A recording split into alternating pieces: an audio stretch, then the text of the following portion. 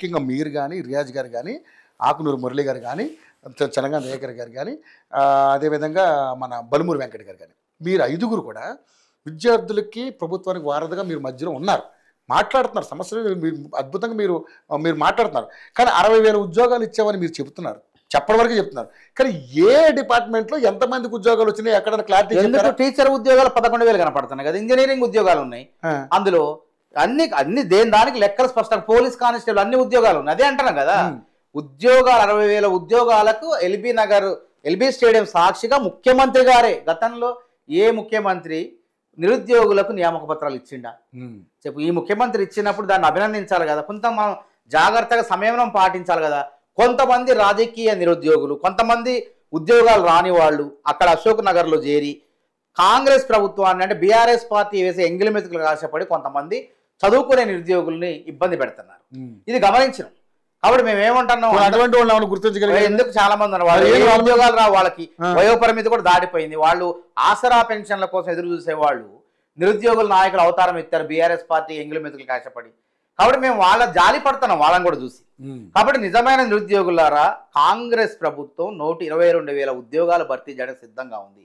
ఏకాగ్రత చదవండి. ఇట్లాంటి వాళ్ళు కూసేగాడిది వచ్చి మేసేగాడిది జడగొట్టినట్టు ఇట్లాంటి చదువురానుడు వచ్చి చదువుకునే వాళ్ళని జడగొడతారు. మొన్న 60,000 ఉద్యోగాలు పొందిన వాళ్ళలో మీరు లేరు. ఈసారి 1,00,000 ఉద్యోగాలు భర్తీ చేస్తాను 2 విడతలుగా. ఇప్పుడు 22,000 ఉద్యోగాలు మీరు ఉండే విధంగా చదవండి. ఆ 22,000 ఉద్యోగాలు అన్నారా, 45,000 ఉద్యోగాలు? 1,00,000 2.5 సంవత్సరాల్లో 1,00,000 ఉద్యోగాలు. ఉన్న ఉద్యోగాలే 2,00,000. నిరుద్యోగుల దగ్గర దాపరికం లేదు. 2,00,000 ఉద్యోగాలు ఉన్నాయన్నాడు. గుర్తుపెట్టుకుని వాళ్ళలాగా మేము మోసం చేయం. సిఆర్ బిస్వాల్ 2,00,000 ఉద్యోగాలే ఉన్నది. 2,00,000 ఉద్యోగాలు, సంవత్సరం 2,00,000 ఉద్యోగాలు, 2,00,000 ఉద్యోగాలన్నీ భర్తీ చేసిన తర్వాత వాళ్ళకి స్వయం ఉపాధి కల్పిస్తున్నాను. అందుకే రాజీవ్ యువ వికాస పథకం ద్వారా దరఖాస్తు చేసుకోమంటే 15 లక్షల దరఖాస్తులు వచ్చినాయి. అవన్నీ వడపోసి నిజమైన లబ్ధిదారులకు న్యాయం చేయాలనంటే టైం పడుతుంది. కాబట్టి కొద్ది రోజుల్లో ఆ అంశం కూడా నెరవేరుస్తాం. కాబట్టి ఇప్పుడు 5 లక్షల మందికి మేము సాయం చేయాలనుకున్నాం. రాజీవ్ యువ వికాసం గత ప్రభుత్వం ఆలోచన చేసిందా? ఇంకోటి, నిరుద్యోగులకు ఎన్ని మేలు చేస్తున్నామంటే గత ప్రభుత్వం రిటైర్ అయిన వాళ్ళకే ఉద్యోగాలు ఇచ్చింది. రిటైర్డ్ అయిన వాళ్ళకే పదవీ విరమణ చేసిన ఉద్యోగులకే మళ్ళీ ఆ ఉద్యోగాలు కట్టబెట్టింది 6,000 మందికి మొత్తం. కానీ రేవంత్ రెడ్డి వచ్చిన తర్వాత 6,000 ఉద్యోగుల్ని గుర్తించి మీకెందుకు ఆల్రెడీ మీరు పెన్షన్ తీసుకుంటున్నారు కదా, ఆ ఉద్యోగాలు నిరుద్యోగులతో భర్తీ చేస్తా అని చెప్పి వాళ్ళందరినీ తొలగించేసి నిరుద్యోగులతో భర్తీ చేయబోతాడు. ఇది మంచి పని కాదా? దీన్ని అభినందించాల్సిందా వద్దా? అదేవిధంగా రాజీవ్ గాంధీ సివిల్ సభ చేస్తామని చెప్పి కాంగ్రెస్ ప్రభుత్వం ఒక పథకం ప్రవేశపెట్టింది. ఎవరైతే రాష్ట్ర విద్యార్థులు, తెలంగాణ బిడ్డలు సివిల్ సర్వీస్కు పోటీ పడుతుంటే వాళ్లకు 140 మందికి ₹1,00,000 చొప్పున ఆర్థిక సాయం చేస్తే ఆ 140 మందిలో 20 మంది మెయిన్స్కి ఎంపికయ్యారు. సివిల్స్ మెయిన్స్ రాశారు.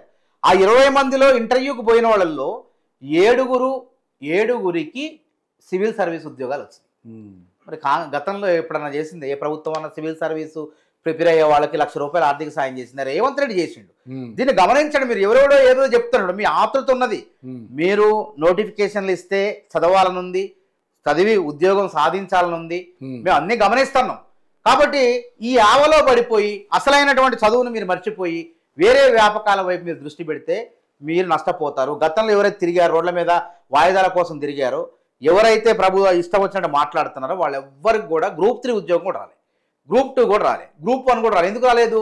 వాళ్ళ దృష్టి మొత్తం వేరే అంశాల మీద పెట్టారు. చదువుకోకుండా మీరేమో 60,000 మంది ఇప్పుడు Group 2 కానీ Group 1 కానీ ఇతర 60,000 ఉద్యోగాలు ప్రిపేర్ అయిన వాళ్ళు చక్కగా చదువుకుంటుంటే వీళ్ళు వాయిదాలు కావాలని వచ్చి తిరిగిన వాళ్ళు, వీళ్ళు ఎవరికి ఉద్యోగాలు రాలేదు. కాబట్టి అట్ట కాకండి.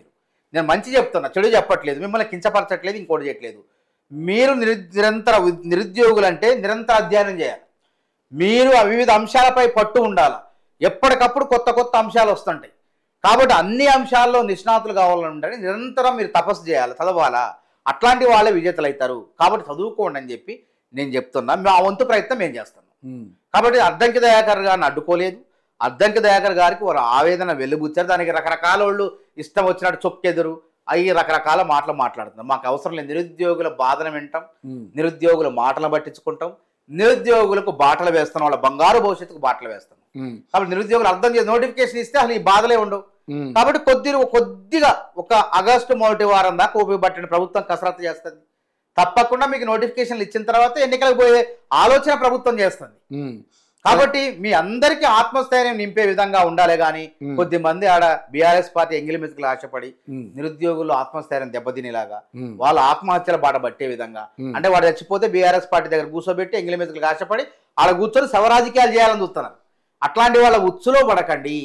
మన మీద తల్లిదండ్రులు ఎన్నో ఆశలు పెట్టుకొని వాళ్ళు కూలీ నాలి చేసుకుంటా మీ చదువుల కోసం మీరు ప్రయోజకులు కావాలని ప్రభుత్వ ఉద్యోగం సాధించాలని చెప్పి మిమ్మల్ని హైదరాబాదు ఉంచి మిమ్మల్ని చదివిస్తున్నారు. కాబట్టి లైబ్రరీని మీరు సద్వినియోగం చేసుకోండి, గ్రంథాలయాల్ని సక్రమంగా వినియోగం చేసుకోండి, మీ చదువులకు పదును పెట్టండి, విజేతలు కాండి అని చెప్పి మీ యోయో ఛానల్ ద్వారా వాళ్ళకి సూచన చేస్తాను. సరే.